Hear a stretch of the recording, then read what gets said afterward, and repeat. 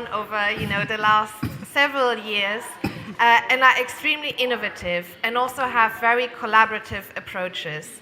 So we are really happy today to have some top-notch practitioners with us today from different areas that will share their first-hand experiences with you, the barriers, but also the opportunities, and the huge impact that these types of solutions can bring, especially for climate finance, but also for reaching the Sustainable Development Goals. So to introduce who I have with me today, we have Leah Pedersen, who will at once give you a nice overview of blended finance. She is the Senior Director, Market Acceleration and Design Innovation of Convergence, which is a thought leader on blended finance. And she will explain a little bit what blended finance is to very much give you the context of the opportunities that we can have with this type of tool. And at the same time, she will also be our moderator and lead our discussion with us today. On her left, we have Guillaume Bonnel, who is the CEO of the SDG Impact Finance Initiative. It's a very exciting, new and innovative platform. On his left is Milena Messori, who's the Acting Director of the Corporate Finance and Global Activities Department at EIB Global. And on her left is Martin Gar, who is the Head of Corporate Development and Natural Capital at Blue Orchard. So without further ado, I would very much like to start the session and hope we have a very fruitful discussion. And I would also, to make this a lively session, would like to ask all of you also to think of questions, comments, observations that you can share with us at the end of the session so that we can have a nice discussion at the end of it, because a lot of these are really exciting projects, and I think a lot of stimulation can also happen and thought leadership on that. So with that, I'll hand over to Leah. Thank you for being here today, and let's have a fruitful session. Thank you. Thank you for coming. I know that everyone has quite a bit of obligations on your plate today, so it's a pleasure to be here to talk about blended finance. Blended finance is something that you probably hear a lot about. Let's say a show of hands in the room. Who feels comfortable on blended finance as a topic? See. Good. Okay, so almost half. So I won't go into too many technical details and hand it off to the practitioners to reveal what's actually happening in the field. But blended finance as a term was launched in 2017 at the Addis Ababa Innovative Finance Summit in Ethiopia. And there are a number of financing archetypes that have been used in order to mobilize more private capital into the markets that need them the most. Now, we all recognize the $4 trillion financing gap to reach the SDGs. So with that, mobilizing private capital is seen as a critical factor in order to do so. The archetypes that are often discussed are guarantee structures, first loss, technical assistance. I'm happy to go into more detail. You'll also see some examples in these presentations. But I think the overarching takeaway is that since 2017, it's been documented that blended finance has been able to mobilize about $200 billion as a structuring approach of private capital into the SDGs that need it the most. However, we're finding in the case of climate finance that of our overall portfolio of historical deals database within Convergence, only about 15% of those deals are actually going towards climate action.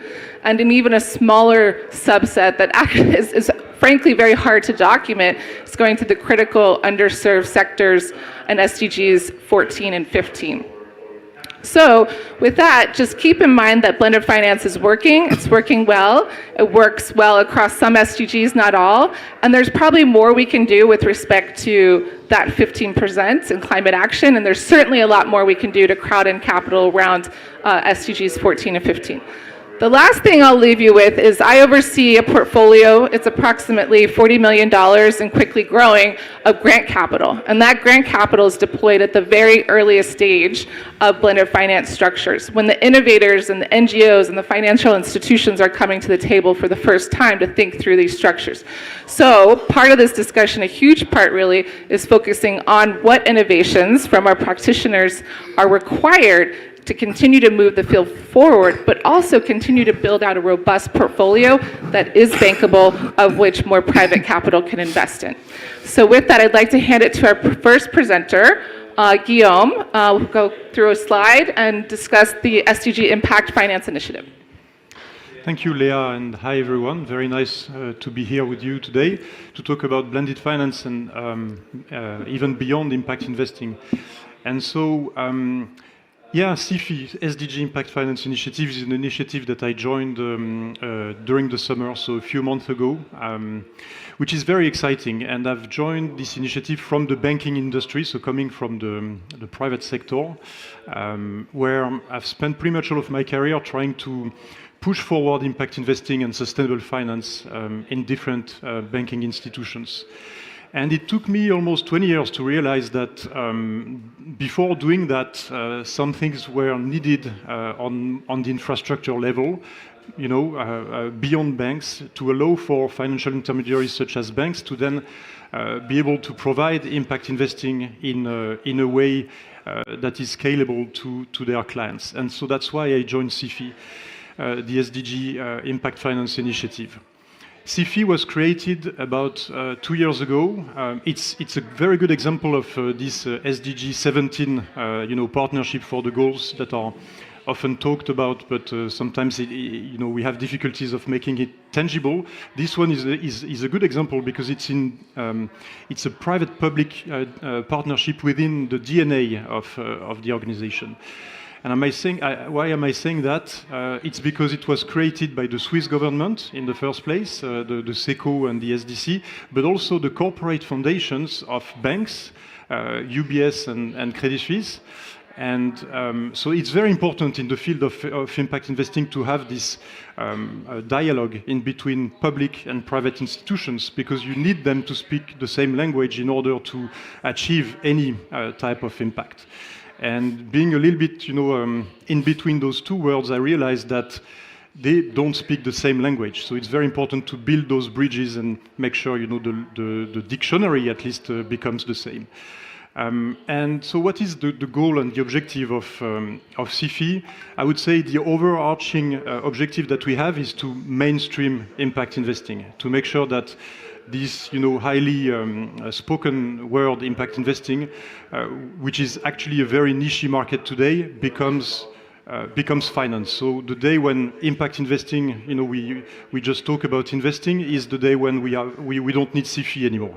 And how do we intend to do that? We have, I would say, a free window strategy. First and foremost, in the impact investing field, we need more products. And so to have more products, we need innovation. And so we foster innovation by giving grants to organizations that will bring those innovations, those innovative solutions on the table, and we give them feasibility grants or expansion grants when they have a pilot that has been working, in order for them to expand what they've been achieving and what they deliver in terms of innovation. So that's the first window, innovation. Then we have a second window, which is about scaling up existing investment funds. So we do have plenty of very exciting, very good impact investing funds out there, but we need them to go from the 100 million, on average, to 1 billion or more. So we need an additional zero, at least, for them to get to scale. And how do we intend to do that?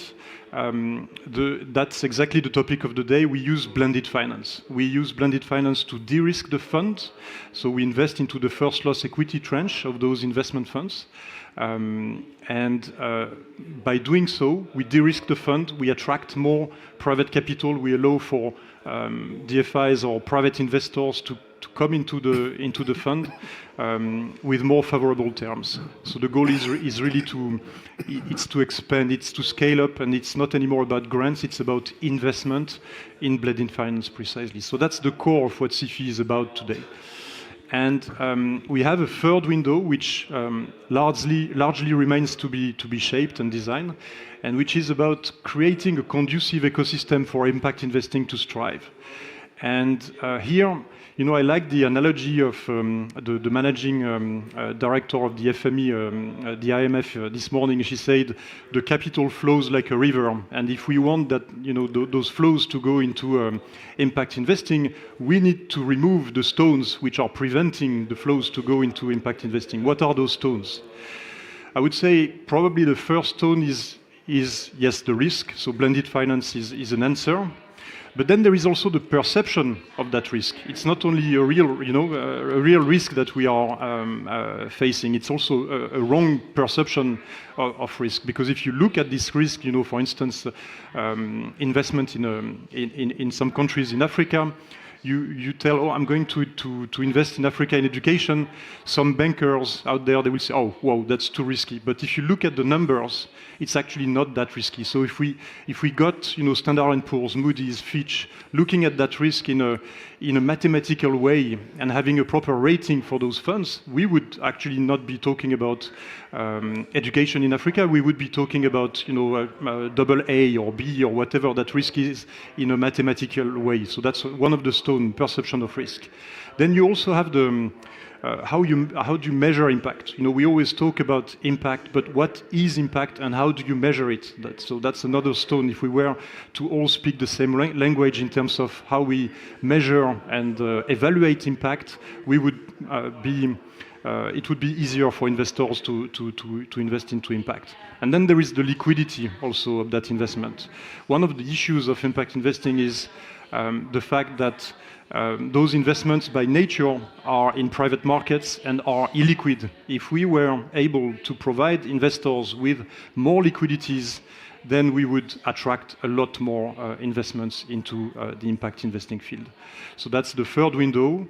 And yeah, overall, that's what CFI is about. Thank you, Guillaume. Now we'll pass it to our next speaker. Melina, feel free to add your comments, especially, I don't think you have a slide to present. That's quite all right. No, that's please feel indeed. free. But thank you, Leah. So let me present to you another initiative that builds actually on a model that the CFI second window is implementing. So taking junior tranches in investment funds. This is the LCFP, so the Luxembourg Climate Finance Platform. It's a joint initiative of the EIB with the Luxembourgish government, the Luxembourgish Ministry of Finance and the Luxembourgish Ministry of Environment, Climate and Development and Sustainable Development have entrusted the EIB with an envelope of funds to be invested in investment funds that have a climate mitigation and a climate adaptation strategy. And specifically, the platform intends to invest in first loss pieces of investment funds. Why? Because by investing in first loss pieces, you are providing a cushion for possible losses and therefore attracting private sector investors or other investors that might be scared away because of the risk or the perceived risk that a specific initiative entails. And what are we trying to do with this platform? We are trying to make sure that we generate finance that goes into a new space, specifically climate adaptation. We know very well what it means to invest in climate adaptation. It brings very high impact, but the financial returns are possibly still to be proven to be there. because you reduce cost. But if you want to remunerate investors that are investing in climate adaptation, that might not be so easy to do. So that's why, in order to bring money into this space, we need these vehicles, these blended finance vehicles, where there is an investor, in this case, the Luxembourgish government, willing to invest in initiatives that might not bring back the returns that we are expecting to see. But nevertheless, because of the impact that these initiatives are bringing, there is still a willingness to move forward and be, to break the ground for other investors to come in. This initiative dates back to 2017, so when we first heard about blended finance. So you can imagine that at the beginning was quite difficult to put in place a vehicle, considering that this was still something new. But we managed, and the fund itself has already invested in 6 funds that are already investing in projects. So we see already the results of all of this. We are very proud of what has been achieved.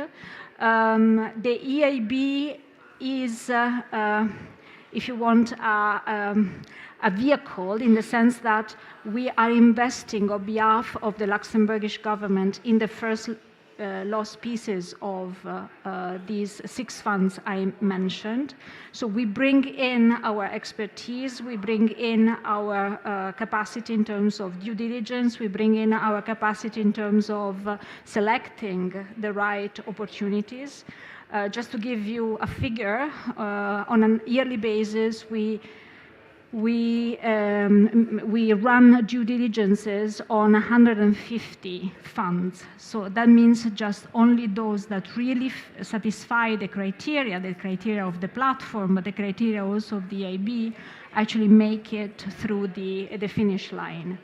And I will stop here, but I'm happy to, then delve more into the results.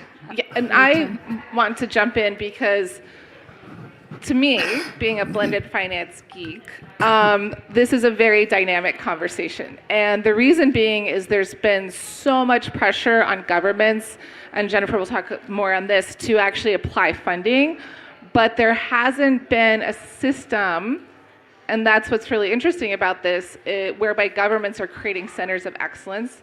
They're working collectively together. They're understanding how to apply their public sector money in a way that it can catalyze more effectively private capital. And so you might hear terminology, and I'm going back to corporate finance 101, things like tranches and first loss and junior capital, all that's really described as a capital stack. And capital stack is just money, and it's money that goes into investments that need it the most and sectors that need it the most. So really just want to highlight that before we move into Blue Orchard as a case example of a fund that is blended, just to recognize that there's a lot of effort behind the scenes for these governments to come together and collectively work to make this marketplace and correct market failures that are existing in ways that blended finance can't sometimes have its true impact. So with that, I'd like to hand it to Martin to run through Blue Orchard. We are, and I will say that Convergence is a grant investor in Blue Orchard, and excited to hear what you have to say. Yeah. Thanks a lot. And before we go into this particular example of the Green Earth Impact Fund, just 2 words about Blue Orchard. We are a leading impact investment manager, founded it back in 2001, so more than 20 years of track record. We manage more than 4.5 billion assets on behalf of our clients. And with that money, we reach more than 280 million people, primarily in emerging and frontier markets. We invested in more than 100 countries, emerging and frontier markets, countries globally, so really bring the money into these countries where it's needed. Since 2019, we're a member of the Schroders Group. Schroders is an active investment manager with a 200-year track record, and we very much work hand in hand in the impact space. So now one concrete example to showcase how blended finance can be applied. Together with the Luxembourg Ministry of Finance, we are managing and investing for the Green Earth Impact Fund, which is a sub-fund in a larger platform. It is a blended finance fund because we have received 27 million first loss capital that's in this fund. It has a multi-asset approach, so the fund invests into private equity, sustainable infrastructure, and real assets. It's a fund of fund, meaning it invests into underlying funds, and these funds then invest into direct companies, infrastructure projects, or real assets. So basically a cascading effect also of the money. Then looking really at what does the blended finance do here, it's sort of a risk buffer, if you will, really enhancing the risk-return profile for senior investors. The reason for that is the way the waterfalls or the return distributions are structured. They first flow back to senior investors up to a preferred return, and then after that they go back to the junior investors. GAIF really tries to invest into 4 impact topics. That's climate adaptation, climate mitigation, the sustainable use and protection of water and marine resources, and lastly, protection and restoration of biodiversity and ecosystems.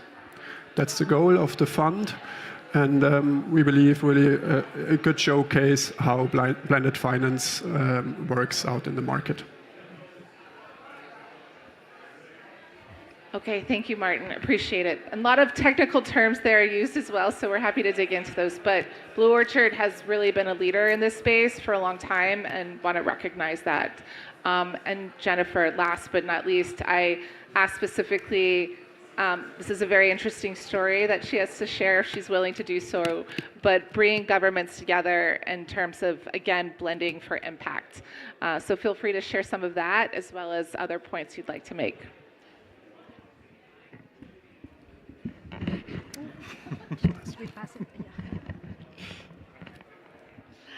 Thank you. And also maybe to follow up what Leah said in her introduction, you might ask yourself, why would somebody use their money if they're not sure that they will get it back?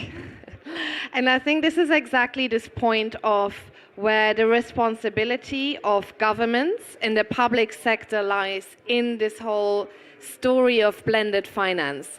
And maybe to go back to Leah and I met yesterday at a reception, and I told a personal story of how actually in the finance ministry we started doing blended finance in the climate space. So maybe I'll share that story for you, but it will also explain a little bit the philosophy that we have in Luxembourg in terms of using our public funding. So basically I joined the finance ministry a year before the Paris Agreement was signed.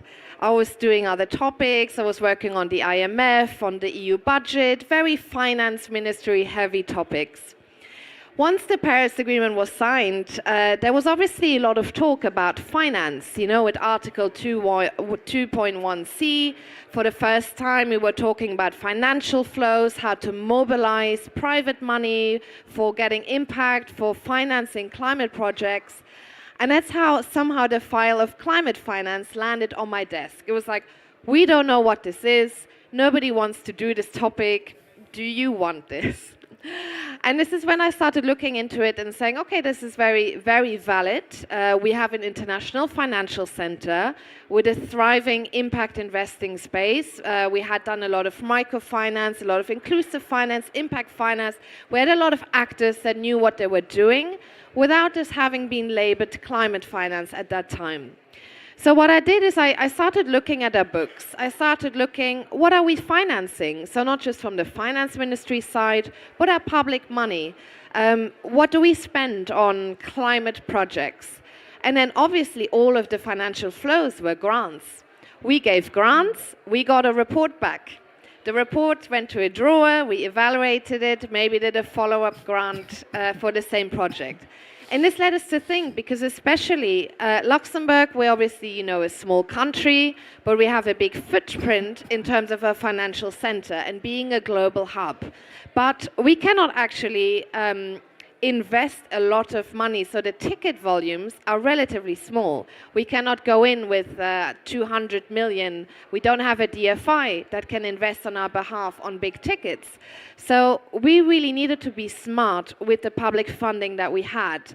And that led us to think also, we need to use every money, every million that we spend needs to generate more millions, because we knew that the need is so great in terms of actually achieving the Paris Agreement, and on top of that, the Sustainable Development Goals. We cannot do it not just as Luxembourg, but collectively as governments, we cannot finance it alone. So this is actually when we, lucky to have the European Investment Bank in Luxembourg, we started talking about the barriers and the issues that even the EIB is facing in terms of getting private investors in these types of projects, which basically naturally led us into blended finance. And really one thing led to another, and we really found that this is the way that governments should really use their funding, because it's not just about investing and making sure you're mobilizing private capital. You're also building track record in those projects that so far are relatively new to mainstream investors. So climate adaptation, oceans, biodiversity, forests, they're all very untested or only in a very niche sector. So what that means is mainstream investors will look at, to determine their risk, what Guillaume has mentioned, they will look at how have these types of projects or financial vehicles performed over time. But if there isn't this time, there isn't the track record for them to look at that, they will be more scared and the perceived risk will be higher and it will be harder for them to invest. So it's so important that there's public funding that goes in to take away that fear and almost to say, it's okay, we will lose the money.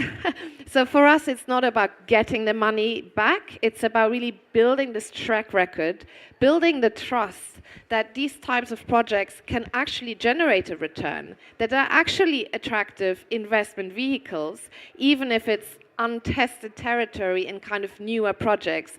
And I think over time, I'm really hoping we no longer have to talk about blended finance, because hopefully mainstream finance will have evolved in the sense that they know that these types of projects are actually financially viable as well as impactful.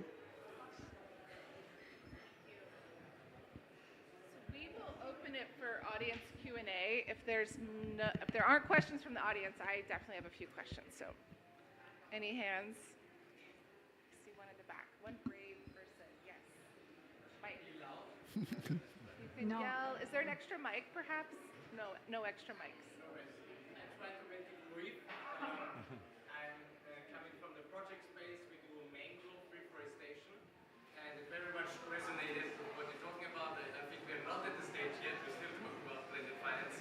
But from I think it's two questions. The first one, briefly, what is kind of the wish list of the government? So what would be like, what does the project already need to have? At which stage does it need to be? And investment is possible.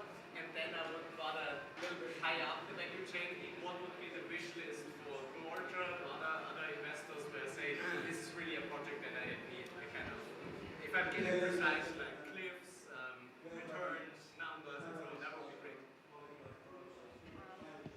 I'll open it up to the panelists. And might have a response as well. Sure. Obviously, not from the government, but from the investor perspective. Well, I can tell you that what we're looking at is, first of all, to see that there is the platform in which we are investing, or the fund in which we are investing, is like-minded. So we have the same objectives to pursue. So there is a strategy that we believe in and that meets our objectives. We are the EU Climate Bank, so by definition, we want to invest in climate mitigation and climate adaptation projects. But we don't have only climate as an objective. We want to invest in gender. We want to pursue other policy objectives like employment, creation of employment. Having said this, when we use blended finance is because we want to accompany a fund manager to develop into a space that is still untested, either in terms of geographical coverage or in terms of the sector in which we are investing. That's why we tend to do this with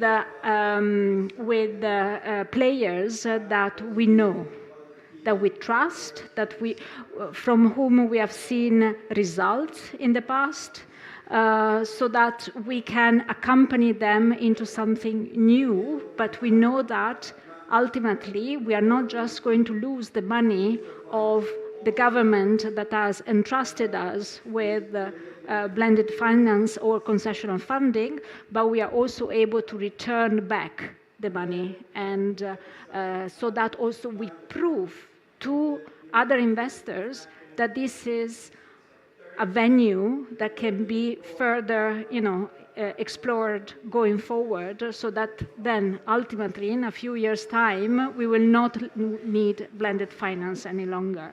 So on our side, when, for example, we come to LCFP, this Luxembourg Climate Finance Platform, we want to see that the objective that the Luxembourgish government has entrusted us with are met, but also we look at the initiative and we do a thorough due diligence to make sure that our money is well spent and is going to come back.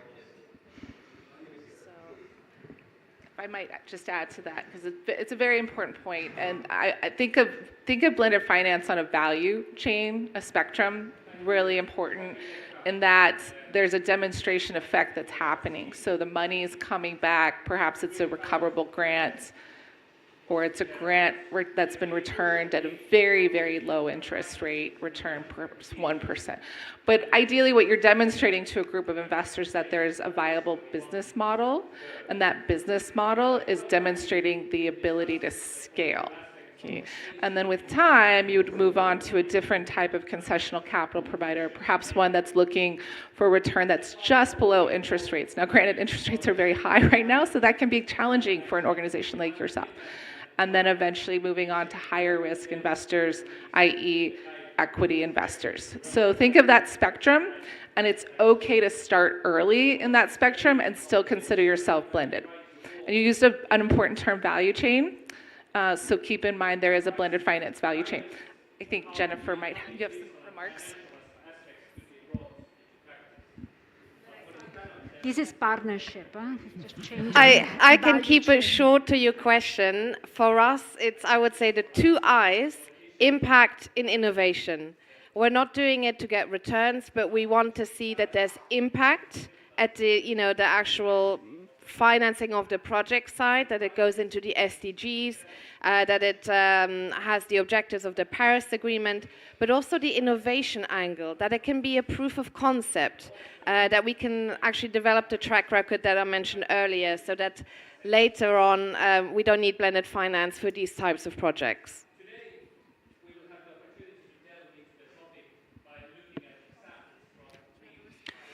Yeah, well, I think everything was said, but I was going to say, you mentioned it, but scalability is key, and so beyond the impact, which obviously is very important, how is the solution able to attract the masses and the retail investors, for instance? I mean, at CFI, because we want to mainstream impact investing, we want to direct the flows of capital towards the mainstream. It's also very important to look at, for instance, things like where is your fund registered, how liquid is it, what's the diversification, how are you going to be able at the end of the day to offer it to a retail client, to anyone? Did you have a question? Yeah.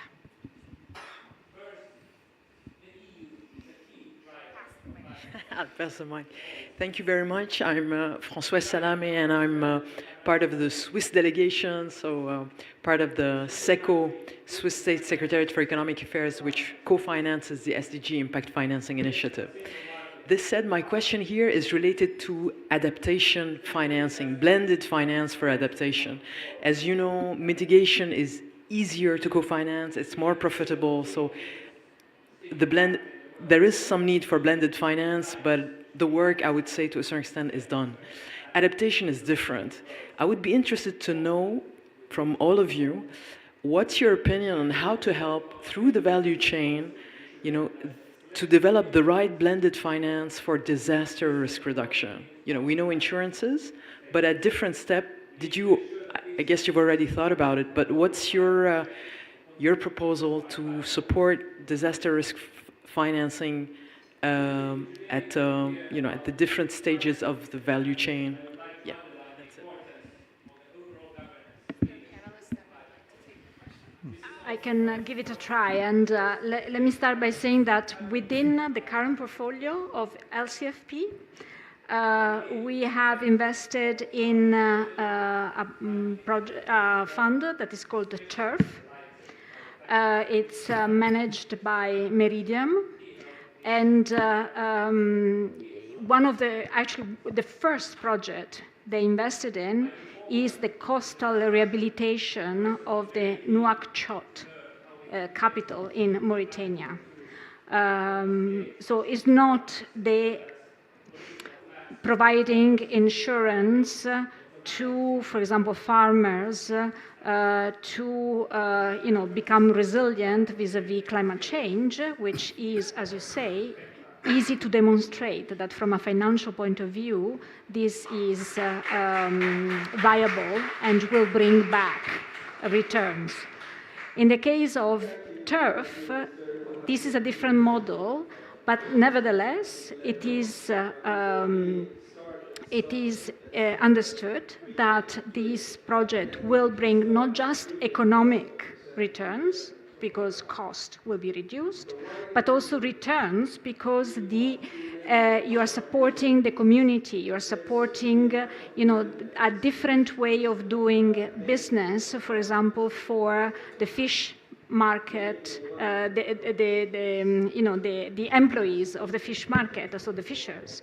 So there are other ways that still we can show financial returns also for climate adaptation, even when this is not directly linked to insurance. That's what I'm trying to say, yeah. Maybe also go on can you hear me? Just one example from our portfolio as well. One fund that we manage, it's called Insure Resilience Investment Fund, funded by the German development bank KfW, and EIB is also invested in this fund. It's a fund that primarily targets climate adaptation. It invests into insurance companies and providers along the insurance chain. It's a blended finance vehicle as well, so first loss protection. The fund itself works with a private equity fund, but also a private debt fund, so you have both models.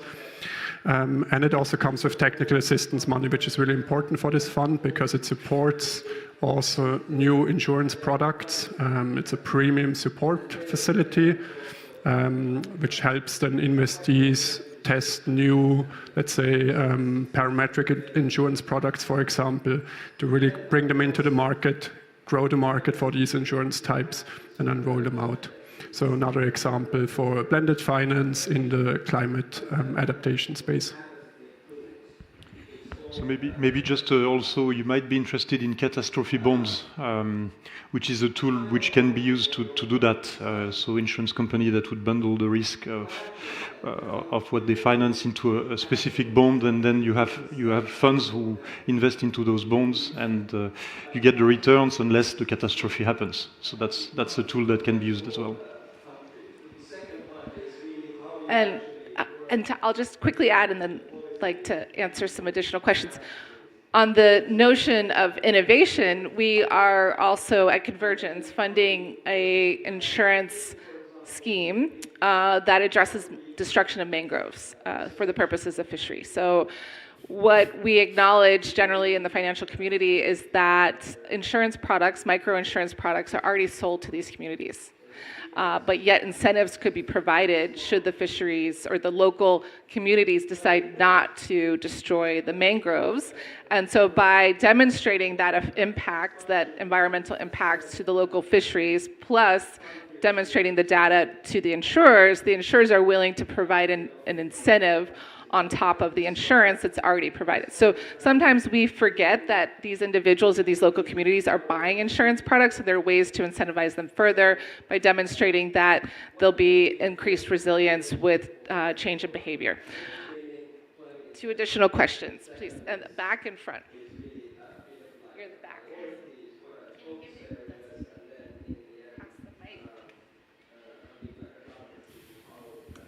Thank you. Thank you very much. I'm Laura Foschi. I'm from ADA. ADA is an organization based in Luxembourg, and we work in financial inclusion. My question is about the component of technical assistance in blended finance.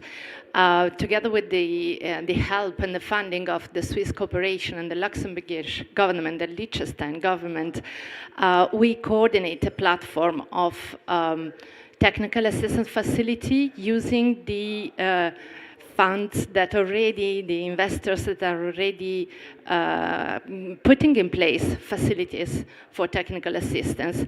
In this facility, we focus on food security and smallholder farmers, but I'm thinking about similar initiatives on climate fund adaptation and with the component that can help with grants, helping scale businesses when there is not yet the business case ready for all the financial traditional initiatives. So I want to ask what your opinion on that. Thank you.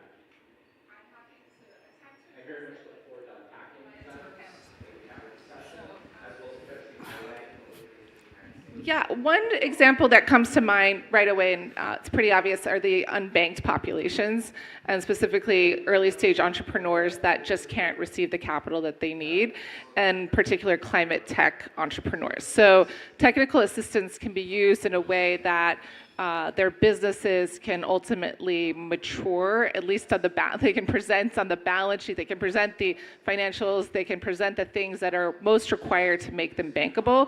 And so I've seen technical assistance applied very successfully in that particular case with respect to climate tech. I think there are a number of other examples in terms of inclusion of women, local women, understanding the needs of women, really being able to use technical assistance to dive deeper into developing localized strategies. But probably some other comments. Maybe Blue Orchard, you may do some TA. Do you deploy TA? We do have funds with technical assistance capital as well, and I think just going back to the example I mentioned before, the Injury Resilience Investment Fund that has a technical assistance facility on the side, yeah, as I said before, can be really beneficial to then help the investees grow their business, whether it's an insurance company that tries to bring new products to the market and uses some of these grants to scale them up, to test them in the market and roll them out. And again, it works on both sides. On the private equity side, where we invest directly into companies, but then also on the private debt side, where we provide loans to microfinance institutions that are active in the insurance space. Same way there, you can provide technical assistance grants, basically to help grow those investees.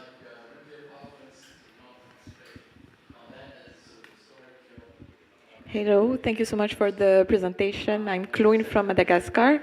I work in a fund manager, and we are managing funds from public and private sectors. So my question was about the first loss tranche that you are investing. What percentage of the funds will you be willing to put in as a first loss? Do you have any benchmark? I saw 10 to to 15%. We talked to IFC, they say it's 20% maximum. So I wanted to know if you have any benchmark on that. Do you have any geographical or currency constraint, since we have very low currency in Madagascar? Also, a question for maybe all the panelists. When do you consider a blended finance transaction is successful? Is it when you leverage the private sector funding? Is it when the project is implemented? So that was the question. And a last question, maybe for Convergence.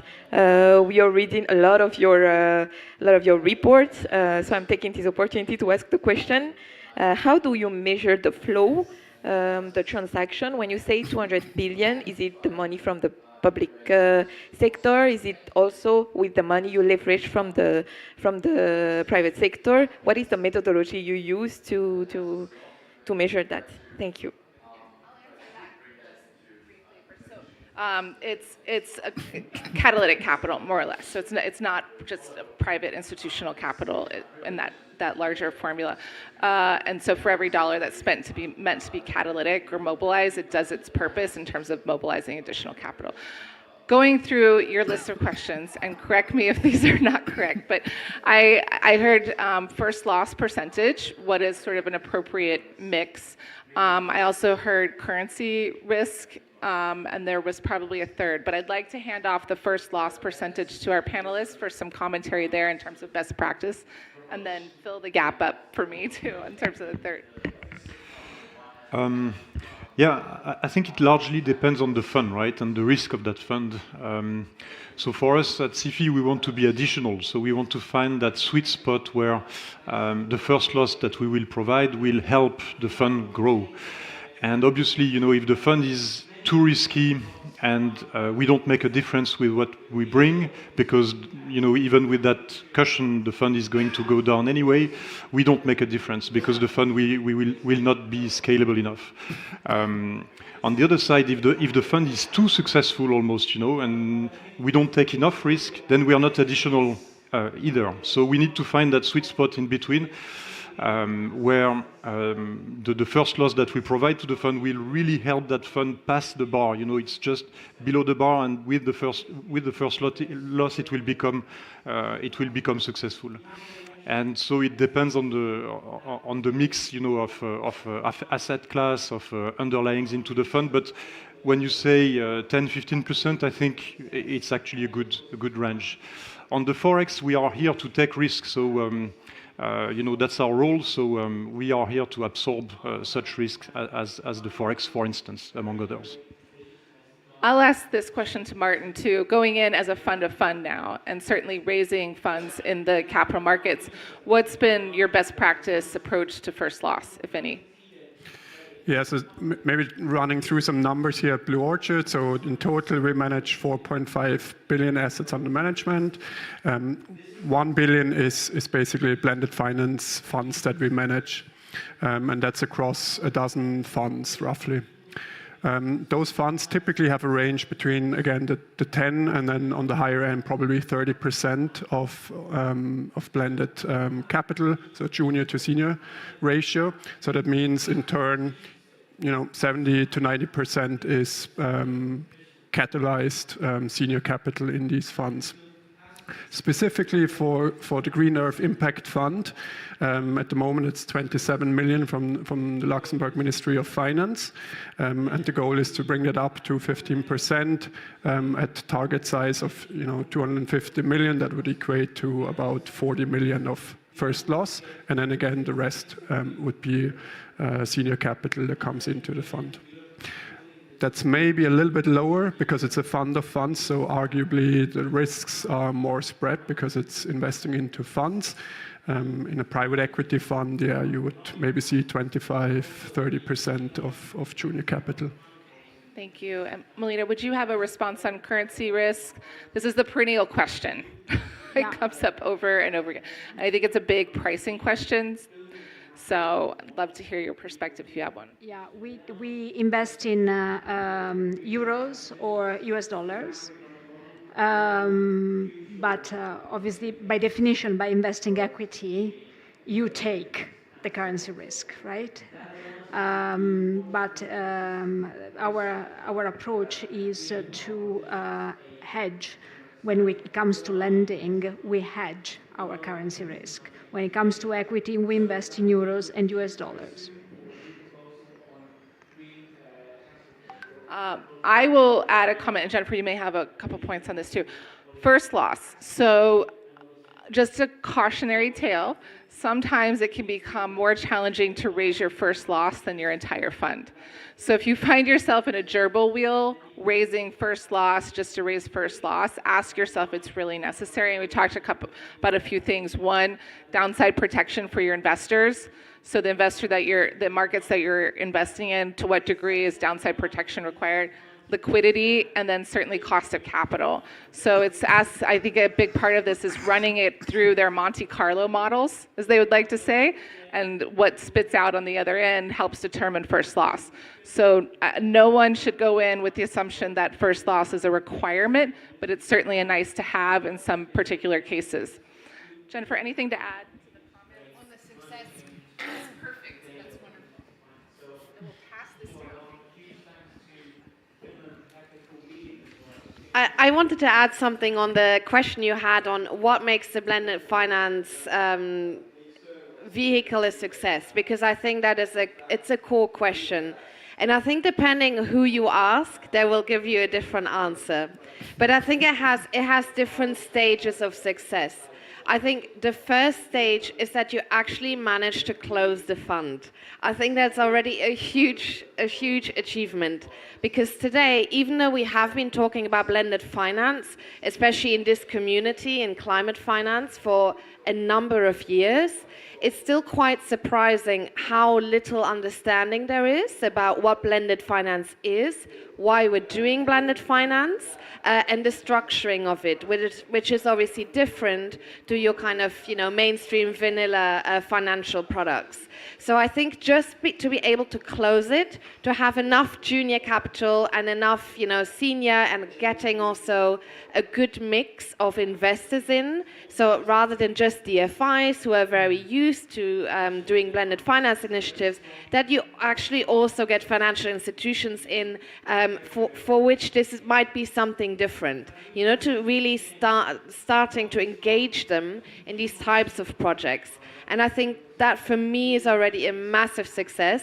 Obviously the impact is what you're doing it for, so that is obviously needed, but that you see later down the line. So I think that the first thing is actually getting it closed with a mix of different actors, and like Guillaume said, getting the sweet spot right between junior and senior, because that also is not very easy to achieve.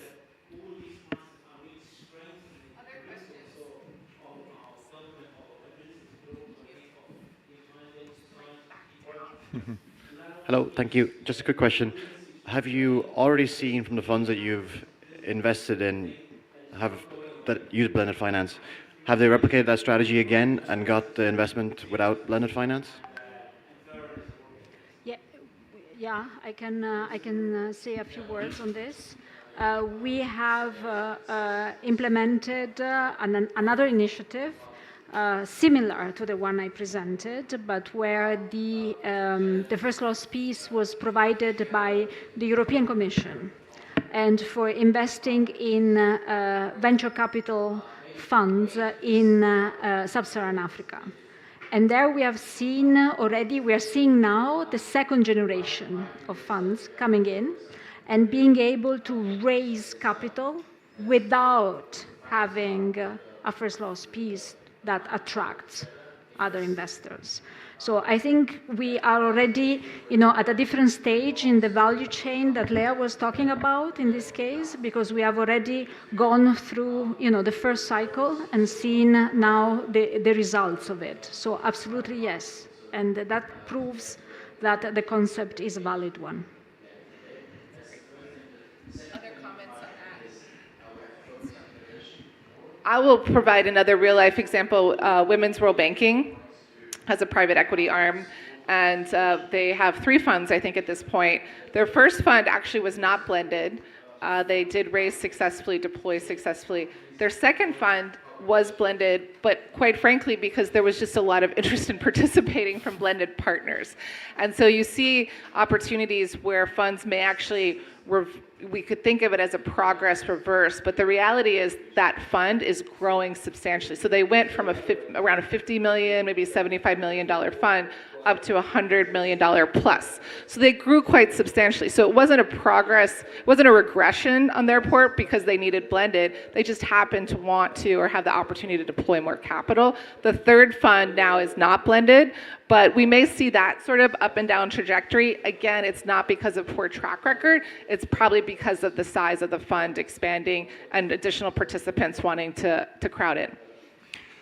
Just on that, it's important also to remember that the impact investing market is very large, and it goes from very profitable opportunities to less profitable opportunities or non-profitable opportunities, and you need blended finance on a part of it.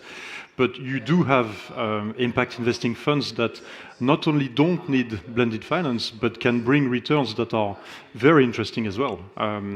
Think of technologies in the medical sector, for instance, that are being replicated from some countries to developing countries, or all of the technologies also in the climate space. Those can be very profitable as well. So impact investing does not necessarily mean blended finance, and does not necessarily mean you're losing money. You could make very good returns with impact investing. Other questions? This is frankly very interactive. It's great. So, if there are not any other questions, I have a question for our panelists. So none of this could be done without partnerships, and Jennifer talked a little bit about that. And what we're seeing at Convergence, and it was discussed at COP more frequently, is to move from a transaction approach on blended finance to more of a portfolio approach, incorporating partners and partnerships to do so.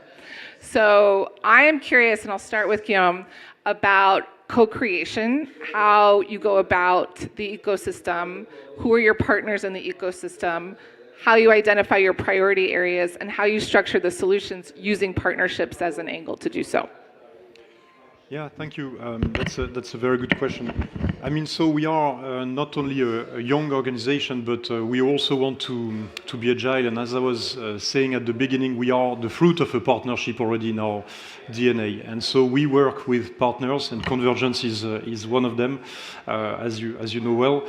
We also have others. And I think, the goal of CIFI is not to reinvent the wheel. And when we have good expertise somewhere, we will partner with those institutions that have this expertise in order to have them help us bring added value.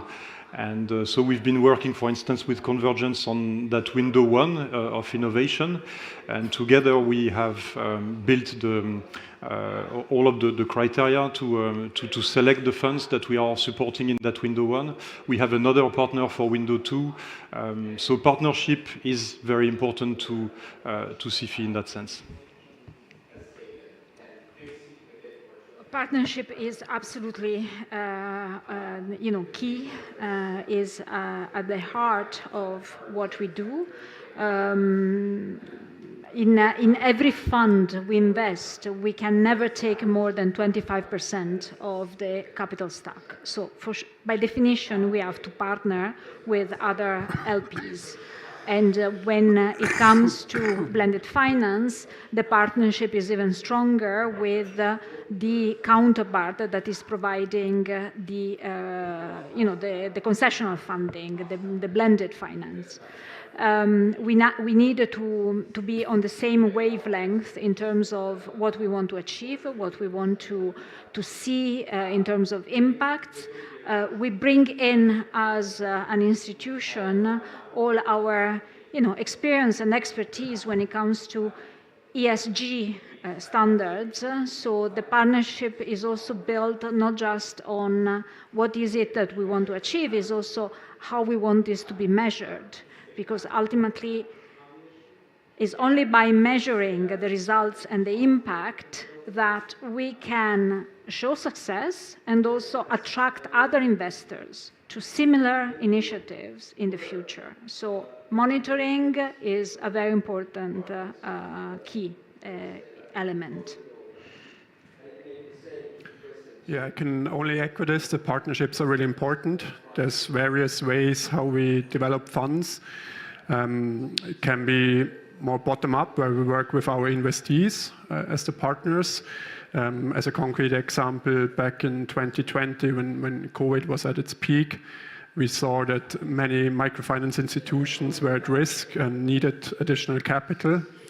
So we reached out to a lot of DFIs and structured a COVID support fund, which we raised, within almost 9 months and set up and then supported our partner investees.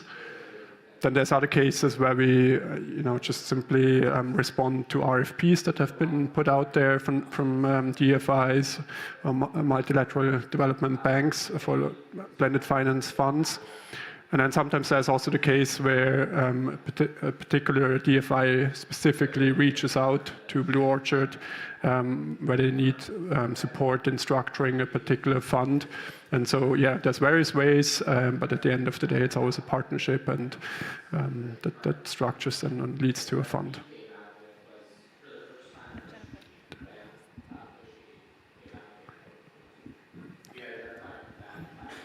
Maybe just to add to that, I think blended finance as a definition cannot be done without partnerships.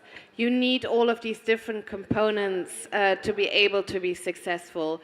And I think also among junior capital investors, you also need to have partnerships because you need to be able to scale.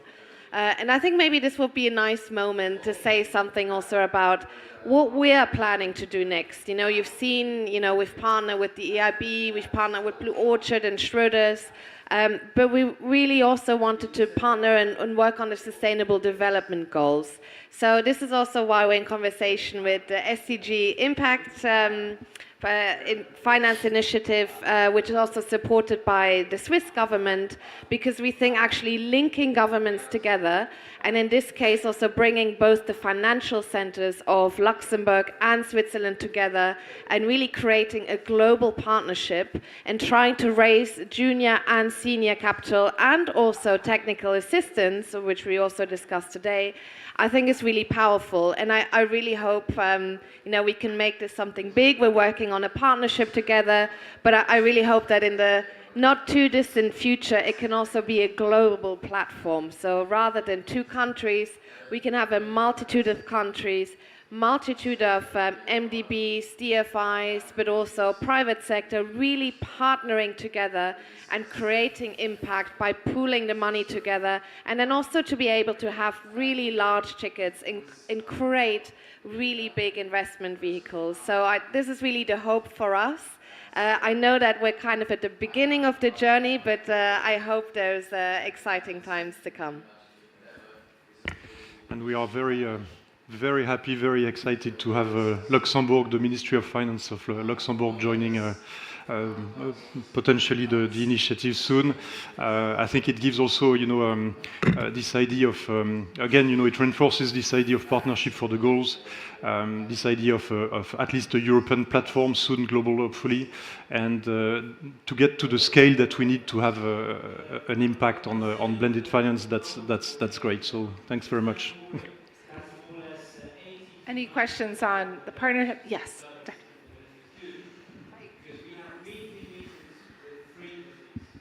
Okay, sorry, I came in a bit late. I work for a fund in Africa, Ghana, the Ghana Infrastructure Investment Fund, which was set up by the government of Ghana, 100% owned by the government of Ghana, but we operate more or less like a private sector institution. What is being discussed is basically what we do at our end. We invest in affordable housing, student accommodation, toll roads, ports, seaports, and the likes, renewable energy, and then the hospitality sector. I wanted to find out, we've been trying to raise funds on the market for a while now. From the panel, I wasn't here at the initial stages, but I wanted to find out if it's something that is of interest. Any of these areas is of interest. We've invested in about 13 or so projects so far, the telecommunications sector, and then toll roads. We've done a seaport, we've done an airport and oil jetty as well, and a couple of other projects within the hospitality sector. I just wanted to find out if it's something that will be of interest to any of them, and if there could be any form of collaboration going forward. Yes, thank you very much. Yeah, it's a great question, not just from your personal experience, but also generally sort of target sectors that you might be looking for in terms of driving the greatest amount of impact. And you obviously brought up infrastructure more broadly. And I might add a comment that tends to be a bit of a, I guess, provocative comment, but why are the MDBs, why are the DFIs not taking more risk? So you're here asking this question of this panel when, technically speaking, it would be the MDBs and DFIs that would be stepping in that gap. So I think a question to the panelists is, A, addressing this question, sectors more broadly of interest, and then thoughts on why the MDBs, DFIs aren't taking more risks and how you and your institutions can help to promote that. Yeah, happy to start maybe. So on the sectors, as an organization, as CIFI, we look at all SDGs, so as long as you can demonstrate that the sector you're investing in is contributing to those SDGs in a measurable way, we would be happy with that. And then we work with calls for proposals, so we have 4 a year, so 2 on each Windows 1 and 2. And each of those calls for proposals will target specific SDGs and specific geographies. But with this idea of overall, with time covering all of them, specifically, of course, in developing countries and ODAs. Now, on your point with, what's the role of DFIs, I think overall, given the magnitude of the problems we have in front of us, we need to rethink our economic system in many ways. But one of the ways we need to rethink that economic system is what's the role of DFIs, of MDBs and public money? Should they be here to sort of compete with the private markets, and compete with companies like Blue Orchard or Symbiotics or private fund managers that are able to come into that market? Or on the contrary, should they be helping this market to develop? And well, I think it's time now for those institutions to take more risks and to be able to, instead of stepping in directly, try to build the foundations for private fund managers to actually come into the space. Because we won't make it without the private markets overall. Public money will not be enough, philanthropic funds will not be enough. So that means we need to build infrastructure for the private markets to come in. And that's a little bit what we are trying to do also at CIFI. Yes, from the perspective of an MDB, I will say that, first of all, what is it that we can invest in? We can invest in infrastructure funds that are Paris-aligned. So the projects that you would have to invest in have to meet certain criteria. Having said this, why is it that we are not taking more risk? We are, I believe we are taking a risk that is in line with our objectives. We are supporting first-time fund managers in geographical areas where otherwise, without our investment, there will be no investment, right? So I think there already you can see that we are taking risk. We are creating the market. We are there to support the development of the private equity market in the partner countries in which we invest. We are there also to support the development of the capital markets. We are currently in discussion with a number of other DFIs in setting up a fund that will buy green bonds issued by first-time issuers in countries of Sub-Saharan Africa, Latin America, and Asia. So we are taking risk. Yes, of course, we could take more risk, but this, will come with the opportunities. If the opportunities are there, I believe this is something we can explore together. Maybe at Blue Orchard, the way we look at the Sustainable Development Goals is in two pillars. One is around inclusion, where we subsumize topics like financial inclusion, but then also education, gender, diversity, and inclusion. So all these topics in inclusion. And then the second part is climate mitigation, climate adaptation, and these can be addressed through various financial instruments, private equity, private debt, sustainable infrastructure, or green bonds on the fixed income side. Looking at the Green Earth Impact Fund and going to the risk point, I think this risk that the junior investors are taking is passed on. The fund can also take junior positions in the underlying funds.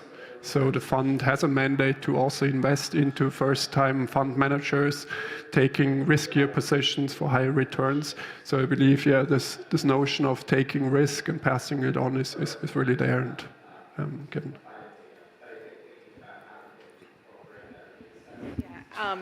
And I will echo some of Melina's remarks in that MD capital ideally is not displacing private capital, right? It's augmenting.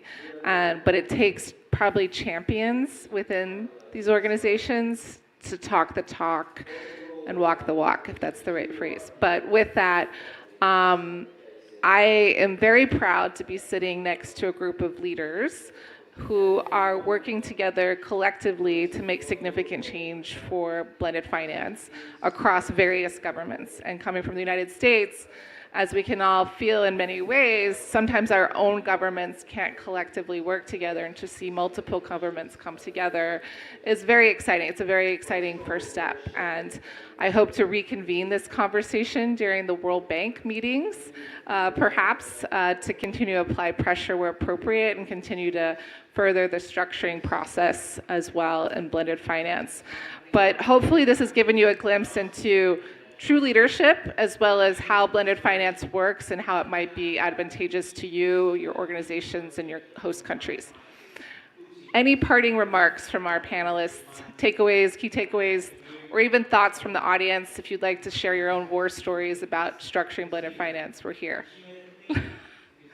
Okay, with that, we'll convene. We'll wind it down, and just thank you for your participation, and grateful to our panelists today. Thank you. Thank you.